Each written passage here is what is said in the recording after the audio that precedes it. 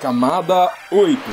Olá, querido ouvinte. Seja bem-vindo a mais um episódio do Camada 8, seu podcast sobre infraestrutura da internet, redes e tecnologia.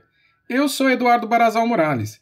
Eu sou o Thiago Jun Nakamura. E estamos aqui para apresentar o episódio de hoje. Prometemos que vai ser sobre um assunto novo e bombástico, uma atualidade sobre o qual poucos ouviram falar, e uma inovação que muitos não esperavam, uma modernidade para o mundo de redes. Vamos dar uma dica, Thiago? Que tal rumo ao Hexa Brasil? Salve a seleção! Pegou referência, ouvinte? Sim! O assunto de hoje é IPv6, um protocolo padronizado em 1998, justamente quando o Brasil era tetra e só se usava IPv4. Tá certo que quase viramos penta nesse ano, mas os astros não deixaram, só para que a gente pudesse fazer essa comparação. Por astros, Thiago, você quis dizer Zidane, Henry e Trezeguet, né? Fico aqui imaginando quantos de nossos ouvintes ainda nem tinham nascido nessa época. Nunca nem ouviram ou vocês vão ter que me engolir do Zagallo e não vão entender essas referências. Pois é, mas voltando ao assunto. Coincidência ou não, tanto no futebol quanto na internet, estamos atrás do Hexa. Hoje vamos falar especialmente com quem ainda não entendeu a necessidade de implantar o IPv6 na sua rede e para seus usuários. Vamos explicar tudo em detalhes e também vamos falar sobre os avanços da adoção do IPv6 pelo mundo, desafios, cuidados, etc., com foco em especial no Brasil. Mas antes de tudo, jogo rápido, Eduardo. Explica pra gente, o que é IP? Ok, IP é a sigla Internet Protocol, que em português significa Protocolo Internet. Ele consiste em uma série de regras de comunicação entre computadores e outros dispositivos conectados à internet. Uma de suas funções é identificá-los na rede por meio de endereços, permitindo assim o encaminhamento dos pacotes da origem até o destino. Fazendo uma analogia, o processo é parecido com a telefonia. Todo telefone possui um número que o identifica, e por meio dele, a empresa de telefonia consegue direcionar a ligação por seus circuitos. No caso da internet, quem faz esse papel é o IP. Cada dispositivo na rede possui um número identificador que chamamos de endereço IP, e por meio dele, os roteadores conseguem direcionar os pacotes de dados para os lugares certos. Atualmente, o IP possui duas versões. A versão 4, o IPv4, que é a mais antiga, mas ainda é muito utilizada, e a versão 6, o IPv6, que é a versão atual, desenvolvida para substituir o IPv4 na internet. Agora, Thiago, passo a bola para você. Sabe por que pulamos do 4 para o 6? O que aconteceu com o IPv5? Imagino que o nosso ouvinte também está curioso com isso. Então, Eduardo, o protocolo que recebeu o número 5 foi idealizado para transmissão de áudio e vídeo. Chegou a ser padronizado, mas morreu aí.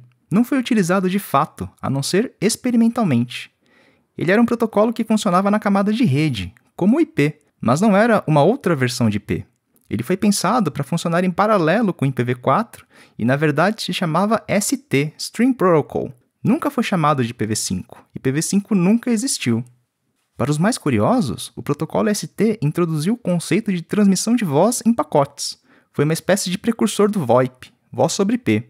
Vários conceitos idealizados no ST foram utilizados depois também no ATM e no MPLS. Mas, Eduardo, agora vem a pergunta que não quer calar. Por que precisamos dessa substituição de versões do protocolo IP? Ok, como em muitas substituições, nós vemos que o IPv4 já fez muito pelo time e todo mundo o ama por causa disso, mas o jogo evoluiu e agora ele não está mais dando resultados tão bons. A comissão técnica segurou quanto deu, mas é hora do IPv6 entrar em campo. A verdade é que o IPv4 possui um problema intrínseco relacionado à quantidade de endereços disponíveis. Ele foi projetado para trabalhar com 32 bits, ou seja, existem aproximadamente 4 bilhões de endereços públicos distintos para serem distribuídos entre os dispositivos na internet. Na internet de antigamente, quando tinha menos gente e menos equipamentos em campo, estava tudo bem. E apesar de ser uma quantidade grande de endereços, ela é insuficiente para atender às demandas atuais. Basta levarmos em consideração, por exemplo, a população mundial, que já é de quase 8 bilhões de pessoas. Se cada pessoa quiser ter um smartphone com um endereço IPv4 público, somente metade da população mundial seria atendida. E olha que nem levamos em conta que muitas pessoas têm mais de um dispositivo conectado à internet, como smartphones, laptops, tablets, videogames e desktop. O IPv4 não ia aguentar mesmo.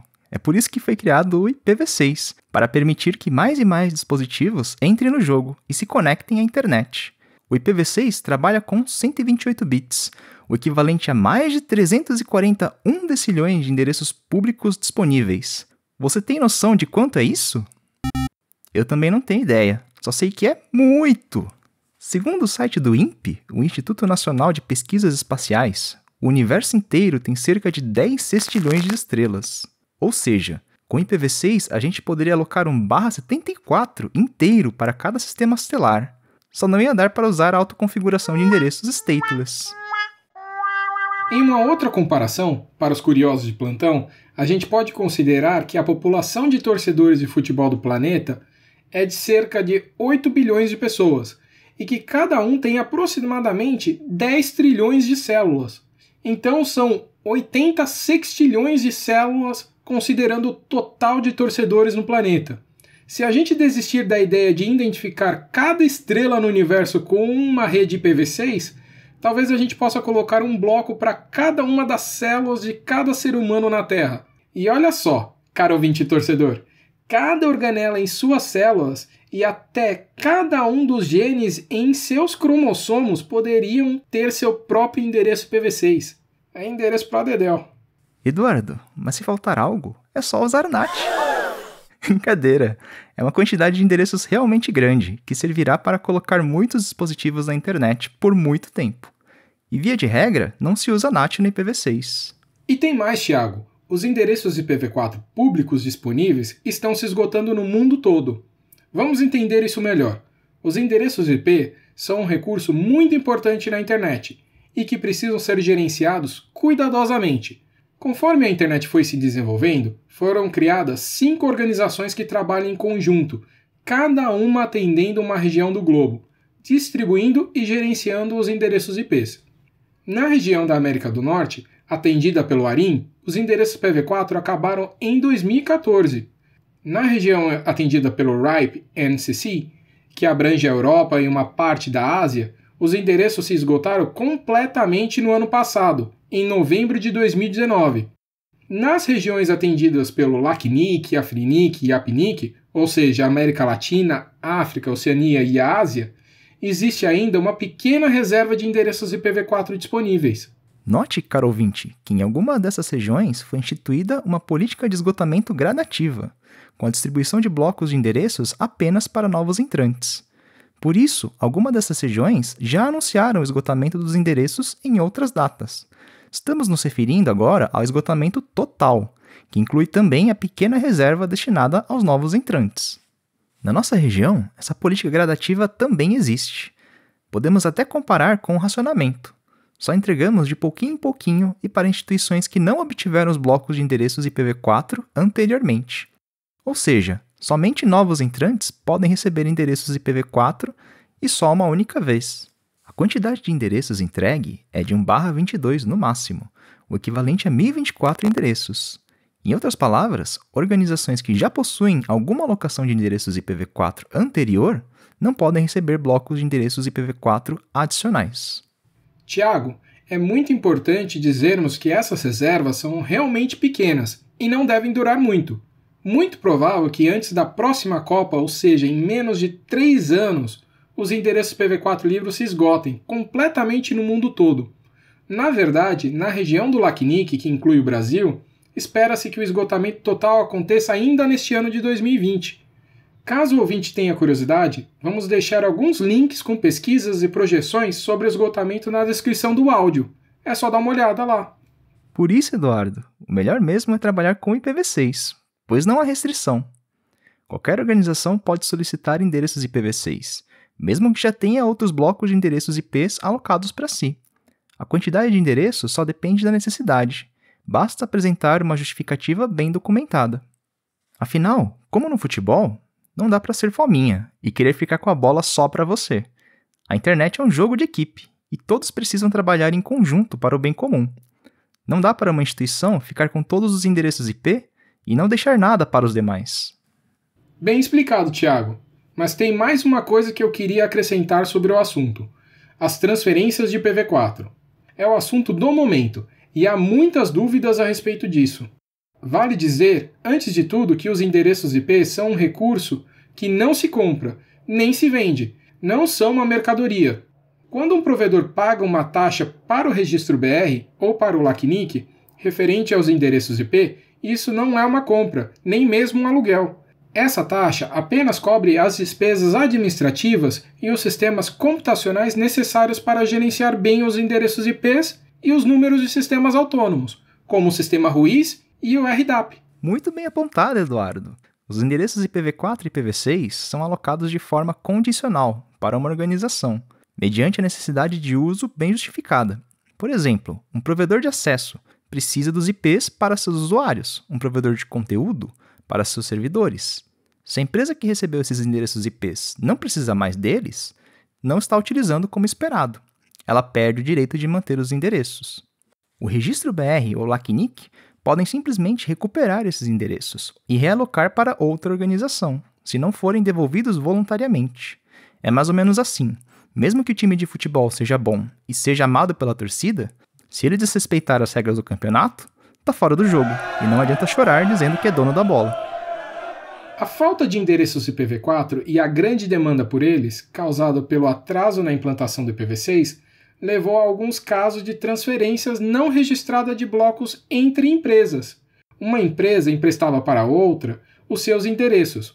Supõe-se que em alguns casos mediante algum pagamento, mas isso não constava, por exemplo, no RUIS. Isso é uma prática prejudicial ao funcionamento da internet, visto que a documentação correta da instituição responsável por cada bloco é necessária para a criação de filtros no sistema de roteamento, para a identificação dos responsáveis na notificação de incidentes, entre outros fatores. Contudo, a comunidade técnica entendeu que havia uma justificativa para algumas dessas transferências e que seria melhor documentá-las de forma adequada. Então, gradativamente foram aprovadas em diversas regiões, inclusive na nossa, regras que permitem a transferência dos recursos entre as organizações, mesmo sendo de regiões diferentes. Essas regras em breve entrarão em vigor, e será possível, por exemplo, um provedor de acesso norte-americano transferir parte dos seus recursos IPv4 para um provedor de conteúdo brasileiro. Essa possibilidade de transferências fez surgir empresas intermediárias, chamadas de brokers, que incentivam as transferências de bloco IPv4 por meio de pagamentos e recebem uma taxa ou comissão por essa intermediação. Olhando alguns sites relacionados a essas empresas, é possível encontrar valores como $23 para cada endereço IPv4. Ai, que saudades da época que $1 era R$1. Mas voltando aos valores pagos pela transferência dos endereços, 1/22, 1024 endereços IPv4 são incríveis $23.552. Mas perceba que se você fizer uso de uma dessas empresas que intermediam as transferências e incentivam financeiramente uma outra empresa a transferir recursos para o seu provedor, isso não significa que você está comprando endereços IPs. Como já dissemos, os endereços não são um bem para poderem ser comprados ou vendidos. Na verdade, você vai ter que fazer um processo de transferência no registro BR. E o registro BR não vai tomar conhecimento da sua transação comercial. Explicando melhor, o pessoal do registro BR pode até saber, sem problema algum, que essa transferência de recursos envolveu uma transação financeira. Só que isso simplesmente não vem ao caso durante o processo de transferência no registro BR. Não é levado em consideração, são coisas independentes. O que realmente interessa para o registro BR, para o LACNIC e para outras instituições que gerenciam os endereços IP, é que ambas as organizações concordam em fazer a transferência. O registro BR vai verificar se a organização que está recebendo os endereços IPv4 realmente tem uma justificativa técnica adequada para seu uso e, em caso afirmativo, vai realizar a transferência e documentar tudo adequadamente. A organização tem que justificar e daí para frente é como se a organização tivesse obtido os endereços IPs diretamente do registro BR. Ou seja, se não utilizá-los conforme a documentação na transferência, o registro BR a qualquer momento pode recuperá-los e alocá-los para outros. Eles não são propriedades do seu provedor, só porque houve uma transação financeira relacionada à transferência. Então, fica atento. Em alguns casos, essas transferências podem ajudar, e até mesmo ser necessárias. Mas muito cuidado para não entrar em uma furada. Será que não é melhor implantar IPv6 e comprar uma Hilux nova com esse dinheiro economizado? Em implantando IPv6, tem também a economia com os dispositivos tradutores de endereços, os famosos NATs, Network Address Translators. Bem lembrado, Eduardo. Quando não se tem endereços IP públicos suficientes para conectar todos os dispositivos na internet, como é o caso com IPv4, normalmente se utilizam esses tradutores para solucionar o problema. Mas para o ouvinte entender melhor, vamos explicar seu funcionamento. Imagina que você tem uma rede com 5 computadores querendo se conectar na internet. Logo, você precisa de 5 endereços IP públicos para conectá-los, um para cada computador. Só que seu provedor está sofrendo com falta de endereços IPv4 e decide te dar apenas um endereço IPv4 público. E aí, como você se vira? Uma possibilidade é colocar o endereço somente em um dos computadores e deixar os outros no banco de reserva. Uma outra possibilidade é fazer um rodízio. Cada computador usa o endereço por 2 horas e passa para o outro. 2 soluções horríveis, né? Por isso, inventaram uma tecnologia chamada NAT. No NAT, um dispositivo escolhido para ter essa função na sua rede, geralmente um roteador, fica com o endereço IPv4 público. Os demais dispositivos ficam com endereços IPv4 privados. Esses endereços privados só funcionam dentro da sua rede. Eles não servem para se conectar na internet diretamente, mas servem para serem traduzidos. E aí, devolvendo a bola, como funciona isso tudo, Eduardo? Bem, quando um computador quer se comunicar com o outro, que está na internet, o pacote passa por esse dispositivo responsável pelo NAT. Ele vai traduzir o endereço IPv4 privado pelo público, ou seja, vai realmente trocar um endereço pelo outro e anotar que fez isso em uma tabela. O pacote vai para a internet com o endereço público, que é o único tipo que funciona lá, e quando a resposta chega da internet, o NAT consulta a tabela e faz a substituição no sentido inverso, trocando o endereço público pelo endereço privado e enviando o pacote para o computador correto na rede interna. A tradução acontece tanto na ida quanto na volta, e em ambos os sentidos. Muito bem explicado, Eduardo. É assim que se conectam muitos dispositivos com poucos endereços IPv4 públicos. Mas, ouvinte, não ache que esse equipamento que faz o NAT é um supercomputador todo especial e que precisa ter um mega processador para traduzir os endereços dos pacotes. O próprio roteador que você tem na sua casa, que a gente chama de CPE, faz NAT. Claro que ele tem suas limitações e deve conseguir traduzir pacotes gerados por uma dúzia de dispositivos. Se o provedor precisar usar o NAT para seus clientes e já entregar para ele endereços privados, o que a gente chama de CGNAT ou Carrier Grade NAT, aí sim a coisa fica bem mais complicada. Um provedor tem centenas ou milhares de usuários. O equipamento que faz o NAT, nesse caso, tem que ser especializado, um roteador, appliance ou computador bastante robusto, com bom poder de processamento e muita memória. Quanto mais usuários e quanto mais tráfego, mais potente tem que ser esse equipamento. Isso significa, em português claro, um preço elevado, e que aumenta se a rede do provedor crescer. Um custo, Thiago, que no IPv6 não tem. Não existe a necessidade de tradução por falta de endereços disponíveis. Um provedor pode receber mais do que 1/32 IPv6, isso é, mais que 4 bilhões de redes /64. Isso mesmo, redes e não endereços, sendo que cada uma dessas 4 bilhões de redes possuem ainda mais de 18 quintilhões de endereços IPv6. Precisa ter NAT com um número desses? Claro que não, né? Percebeu? Temos mais uma economia aqui. Não precisa gastar com NAT no IPv6. Ouvi alguém aí comentar uma segunda Hilux novinha? E a gente nem precisa falar da economia com dor de cabeça, porque um usuário com IPv4 privado, nateado, tem problemas com games, com acesso a câmeras de segurança domésticas, com software de troca de arquivos e N outros. Deixando a NAT de lado, o call center do provedor vai ficar bem mais tranquilo. Existem inúmeros motivos para ativar o IPv6 na sua rede e para seus usuários, mas se ficarmos falando só disso, não vai caber dentro dos 90 minutos de jogo. Mas diz aí, Thiago, como está a implantação do IPv6 no mundo e no Brasil? Segundo análises feitas pelo Google, mais de 30% dos acessos mundiais no seu buscador já é feito com IPv6. Quando olhamos as estatísticas do Google por país, o Brasil está melhor que a média mundial. Mais de 35% dos acessos são via IPv6. Ou seja, 1 em cada 3 acessos do Brasil já é em IPv6. Logo, logo passamos dos 50%, e o IPv6 será majoritário na internet. Uhul!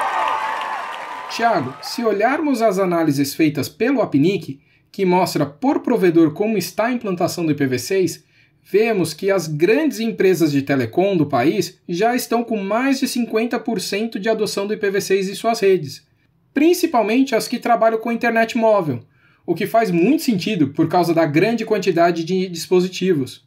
Trabalhar só com IPv4 para elas é inviável e não escala.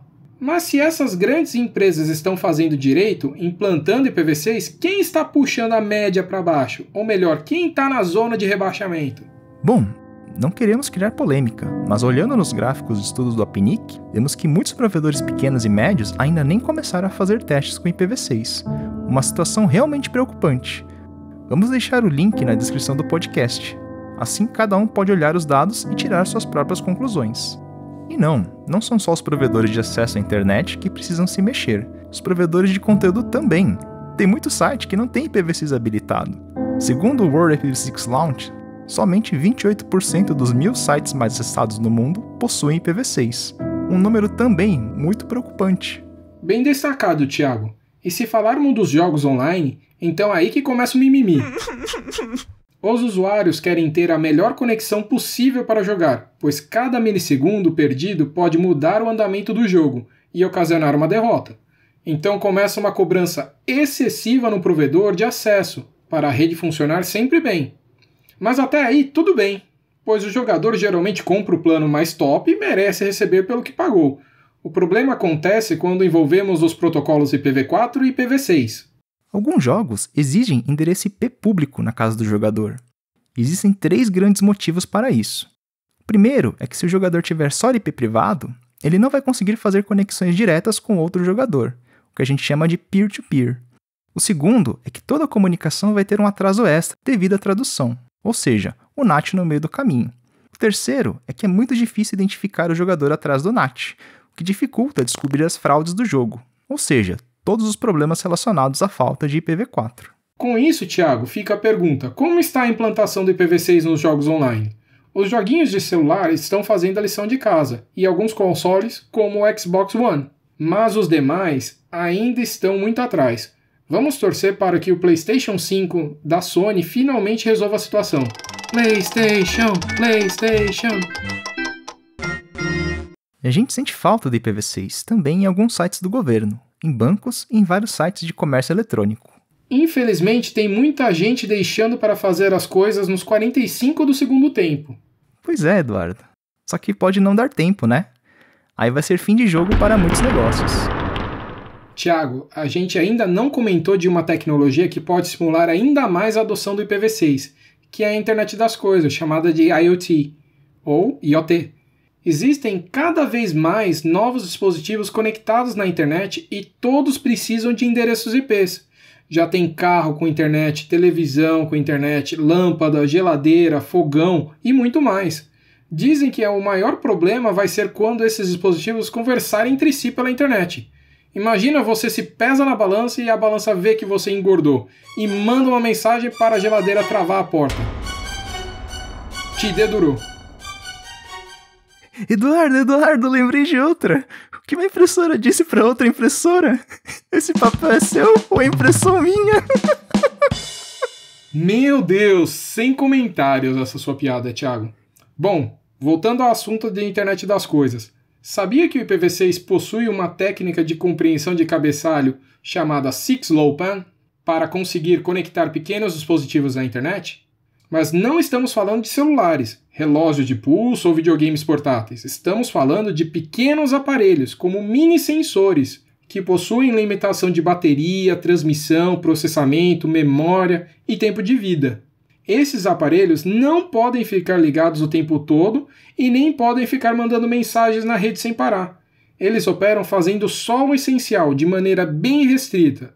Por isso foi desenvolvida a compressão do cabeçalho IPv6, 6LoWPAN, para que eles possam mandar o mínimo de informações possíveis sem prejudicar o funcionamento e sem gastar muita energia para transmitir um dado para a internet. Essa técnica é exclusiva do IPv6, não tem no IPv4 e pode ser um estímulo extra para a adoção do IPv6. Bem colocado, Eduardo. A internet das coisas e o IPv6 estão intimamente relacionados. É difícil imaginar a internet das coisas se desenvolvendo sem a implantação do IPv6. Não seria impossível, mas seria muito mais difícil. Contudo, IoT é muito mais que só IPv6. É um assunto muito vasto e muitas análises podem ser feitas, inclusive na área de segurança. Você sabia que IoT também é chamado de Internet of Trouble ou Internet dos Problemas, devido aos inúmeros erros de segurança que os dispositivos apresentam? Imagina se invadem a fechadura da sua casa e te trancam do lado de fora, ou se invadem a sua torradeira e colocam fogo na sua casa. Brincadeiras à parte, vamos ter que abordar isso em outro episódio do podcast, pois é um assunto muito interessante e polêmico. Concordo, Thiago. Estamos chegando ao final da prorrogação do nosso episódio de hoje. Tomara que tenha ficado claro o papel do IPv6 e a importância de cada um fazer a sua parte. Estamos fazendo a nossa parte divulgando a importância do protocolo e ensinando a implantá-lo em nossos cursos. Se você ficar só olhando o treino do time vizinho, dizendo que ele também não está praticando nem os fundamentos e procurando desculpas para não melhorar, vai acabar perdendo o jogo para alguém melhor. Faça a sua parte, coloque IPv6 para funcionar na sua rede, nos seus usuários, nos seus serviços, nos seus softwares e nos seus negócios. Vamos só dar alguns avisos e já apitamos o final do jogo. Isso, Eduardo. Primeiro vamos falar sobre os eventos do NICBR. Na semana do dia 24 de agosto, nós teremos a edição online da Semana de Capacitação. Todos os dias daquela semana, das 9 da manhã até o meio-dia, transmitiremos um tutorial prático técnico da área de redes com experiências mão na massa. Um dia de RPKI, outro Segurança Básica, outro DNSSEC e Hyperlocal, depois BGP com Communities e VRF, e por fim, EVPN. Não deixem de assistir o nosso canal do YouTube, NICBR Vídeos. Só vamos fazer um evento destes este ano. Por fim, respondendo a um comentário do Daniel Berni, que veio na nossa caixa de e-mails. Ele sugeriu a gente fazer um episódio sobre assinaturas eletrônicas. Realmente é um assunto interessante, e se mais gente pedir por ele, pode ter certeza que vamos colocar para gravar logo logo. A segunda sugestão dele é a criação de novos quadros no podcast. O que podemos dizer é que em breve vamos ter um quadro novo de entrevistas, então não percam. Ainda somos novos nesse mundo de podcast e estamos nos adequando a cada episódio com as sugestões que vocês nos enviam. Então, muito obrigado por toda a ajuda. Continue nos escrevendo. Se você gostou do episódio de hoje, nos ajude a divulgar o podcast e nos escreva para mandar sugestões de temas, dúvidas, elogios e críticas construtivas.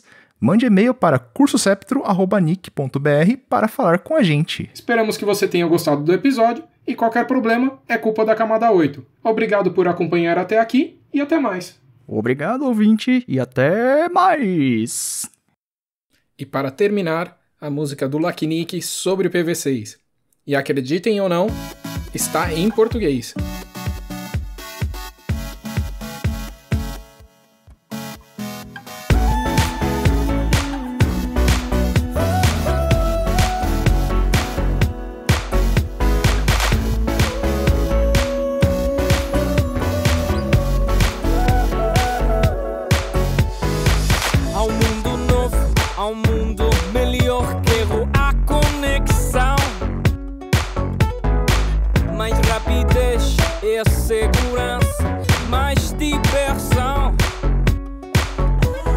Adeus à Nath e começa a sorrir. Bilhões já unidos, IPv6 está aqui. Começa a sorrir. Já não é mais Nath. IPv6 está aqui, IPv6 está aqui. Já não é mais Nath. IPv6 já está aqui. Já está aqui. Já está aqui. Já está aqui. Já está aqui. Mundo novo quer inovação. Chama só isso, é da imperfeição. Esqueçam ontem, o amanhã já chegou. Olá, IPv6. Nasce. até logo. Não é mais nada. E BBC está aqui, e BBC está aqui. Não é mais nada. E BBC já está aqui. Já está aqui, já está aqui. Já está aqui, já está aqui. 128 é melhor que o 32. O jogo lá em separou e eu fui o vencedor. E PV6 é o melhor. E PV6 é o melhor.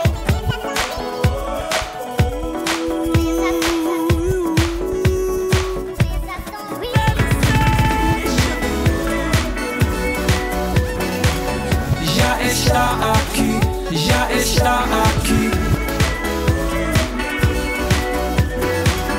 Já está aqui, já está aqui.